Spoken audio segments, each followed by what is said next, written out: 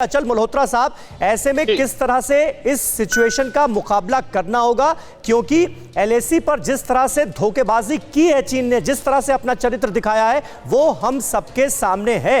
अब इन नई करतूतों के पीछे मंशा आपको क्या नजर आती है?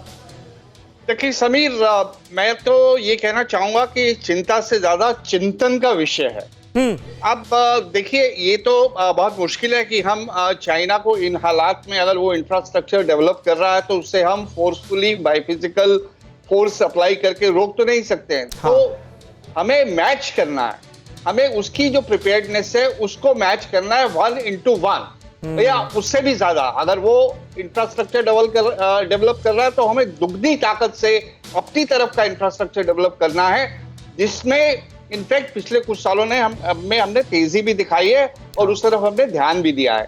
तो चाइना की जो हम जानते हैं, उनकी जो फितरत है, उसको देखते हुए हम उन पे बिल्कुल भरोसा तो कर नहीं सकते।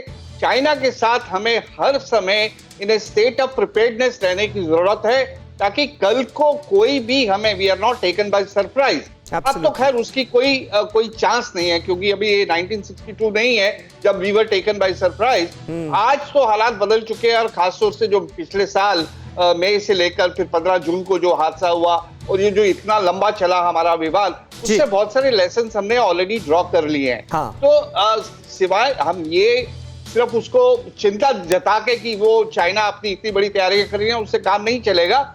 उसकी बजाय हमें उससे मैच करने के लिए बिल्कुल सुमित, ऐसे में जल्दी से आप हमें यह बता दीजिए कि यहां पर ग्राउंड पर हम कितने सतर्क हैं, हम कितने चौकन्ना हैं, और चीन की पुरानी धोखेबाजियों से हम क्या सबक लेते हुए नजर आ रहे हैं, क्योंकि आज पूरी दुनिया कोरोना से सामना कर रही है और कोरोना का जनक मुल्क जो है वो एक बार फिर विस्तारवादी नीतियों को आगे बढ़ाता हुआ नजर आ रहा है।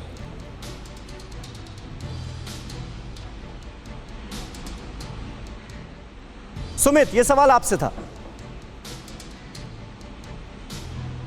समीर, बेसिकली अगर आप देखें, क्योंकि आप जब विस्तारवादी बात करते हैं तो चीन के ये प्रोसेस पिछले कुछ सालों का या 1-2 सालों का नहीं है, पिछले कई सालों से चीन ने ये इंफ्रास्ट्रक्चर बहुत तेजी से बढ़ाया है। ना सिर्फ आप इस बात करें, हम सेंट्रल सेक्टर की बात कर रहे थे जिसमें हिमाचल और उत्तराखंड आता है, बल्कि आपके नॉर्थ ईस्ट का जो पार्ट है, खासतौर पर उसका जो वेस्टर्न थिएटर है, जिसको वेस्टर्न पार्ट कहता है, जो लद्दाख का है, इन सारे इलाकों में उसने बहुत तेजी से बढ़ा। और ये विस्तारवादी सोच जो है, इसको काउंटर करने के लिए, जैसे हमारे सर बता रहे थे कि क्या आपको उनसे एक कदम आगे या तो पैरेलल रखना पड़ेगा या एक कदम आगे बढ़ना पड़ेगा। अगर आप देखें कि हिमाचल की जब आप बात करेंगे, ये इलाका इसलिए इंपॉर्टेंट है क्योंकि ये एक सप्लाई चेन का इलाका भी है, यानी लद्दाख से अगर आपको जोड़ना है देश को, तो फिर आपको इसी एरिया से आपको उनकी रसद को पहुंचाना होगा। तो चीन की मंशा यही है कि अगर भारत ऐसा कुछ कर रहा है तो उसके लिए वो सप्लाई चेन के ऊपर अपना डोमिनेंस रखे। रोहतांग टनल आपको याद होगा, पिछले साल इसी इलाके के अंदर इसको ओपन किया गया था। और चीन का सबसे बड़ा, अगर आप देखें, सबसे बड़ा कंसर्न यही है कि भारत ना सिर्फ रोहतांग टनल बल्कि इसके आगे 3 और टनल बनाने जा रहा है बहुत जल्दी,